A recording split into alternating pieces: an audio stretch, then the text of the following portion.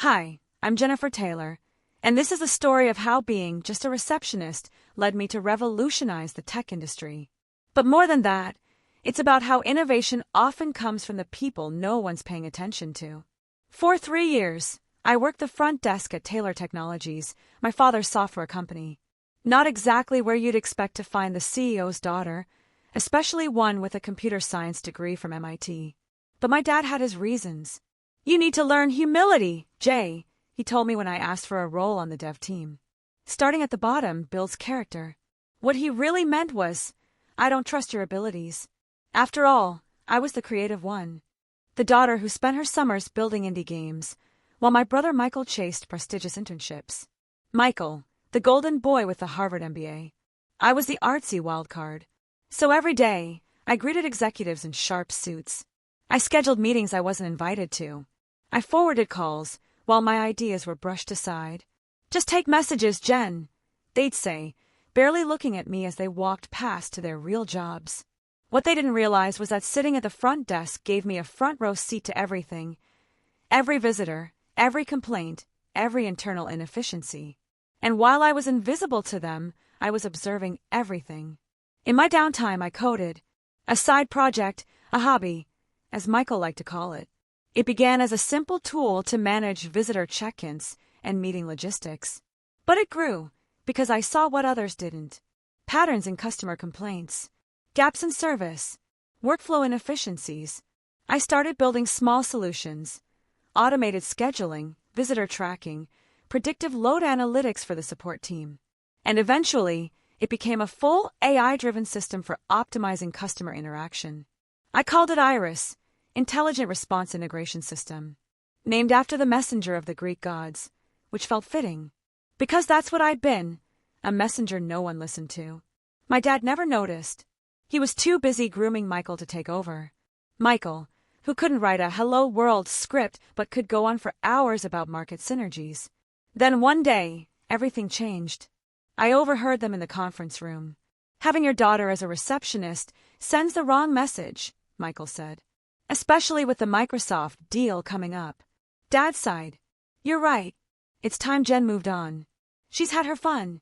The next morning, Dad called me in. "Jennifer, we need to talk about your future," he said gently. He explained that it was time for me to leave, that the company needed to maintain a professional image, that this was for my own good. He even offered a severance package, as if that would soften the blow of firing his own daughter. What he didn't know was that the night before, I had finalized the patent applications for Iris. As I walked out with my box of belongings, I was smiling. Because the Microsoft meeting they were so worried about, it was about to go very differently than they expected.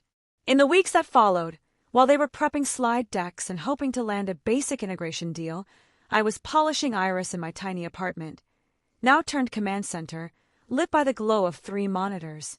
Then came the email that changed everything. Subject: Re-Iris. "Dear Miss Taylor, I've reviewed your prototype.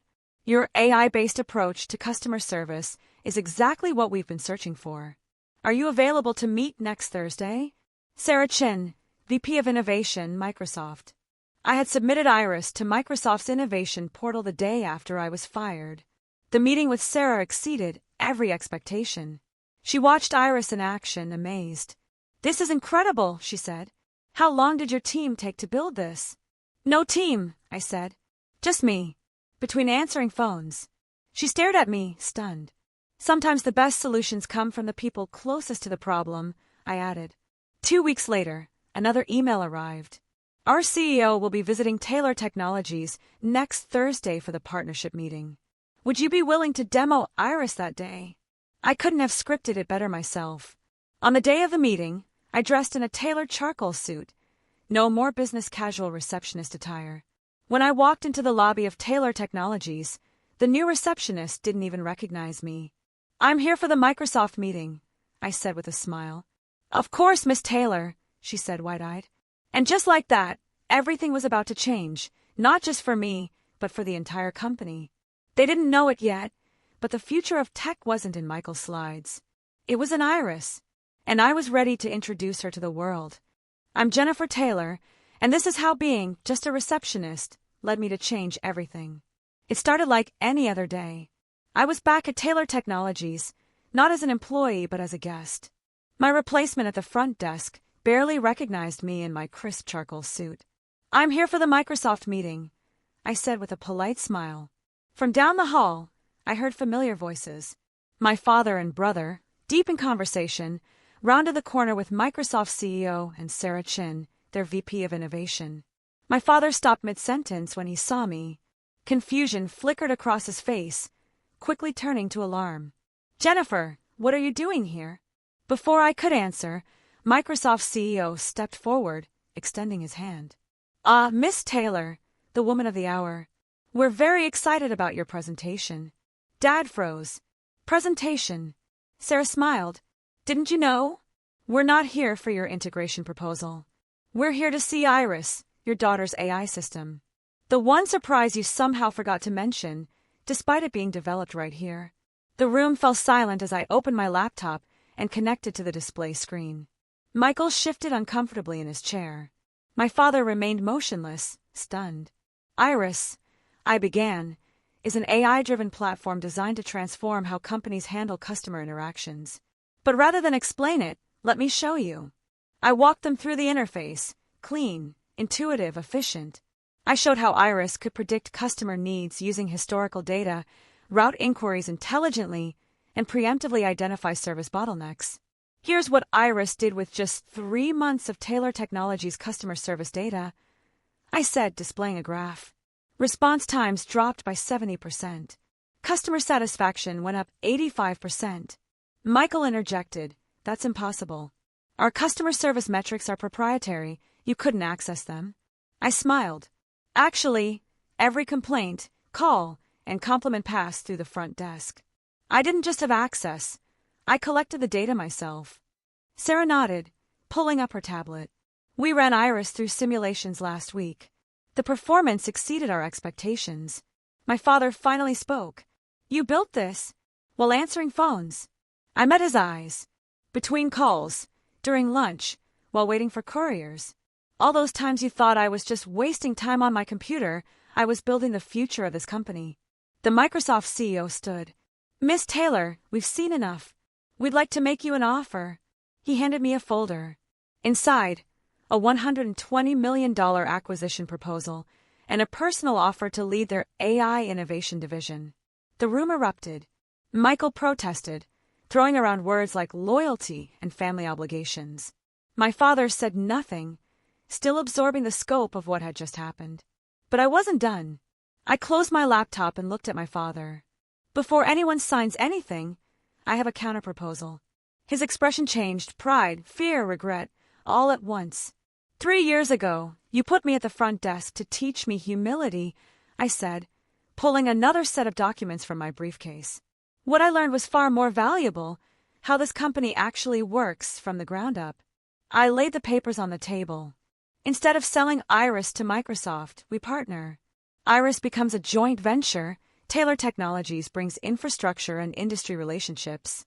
Microsoft brings global reach and capital. And I lead development." Sarah reviewed the documents. "This could generate far more revenue long-term than a buyout," she said. "And Taylor Technologies keeps equity." After 2 hours of intense negotiations, we had a deal.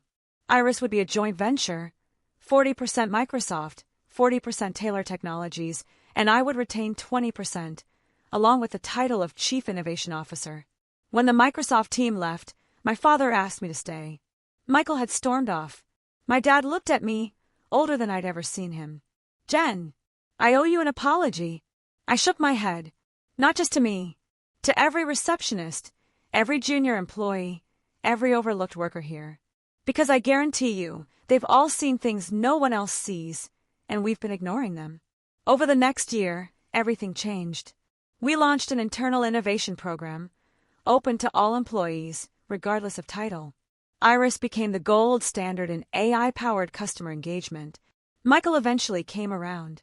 He now had strategy, and every new manager spends their first month at the front desk. We call it the Jennifer Protocol.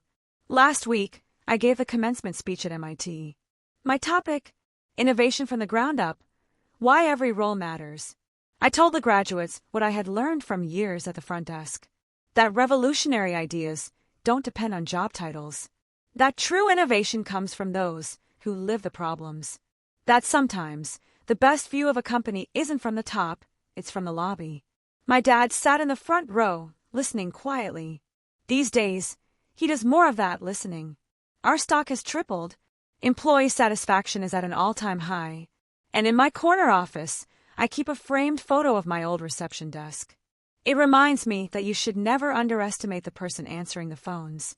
Because once, that person was me.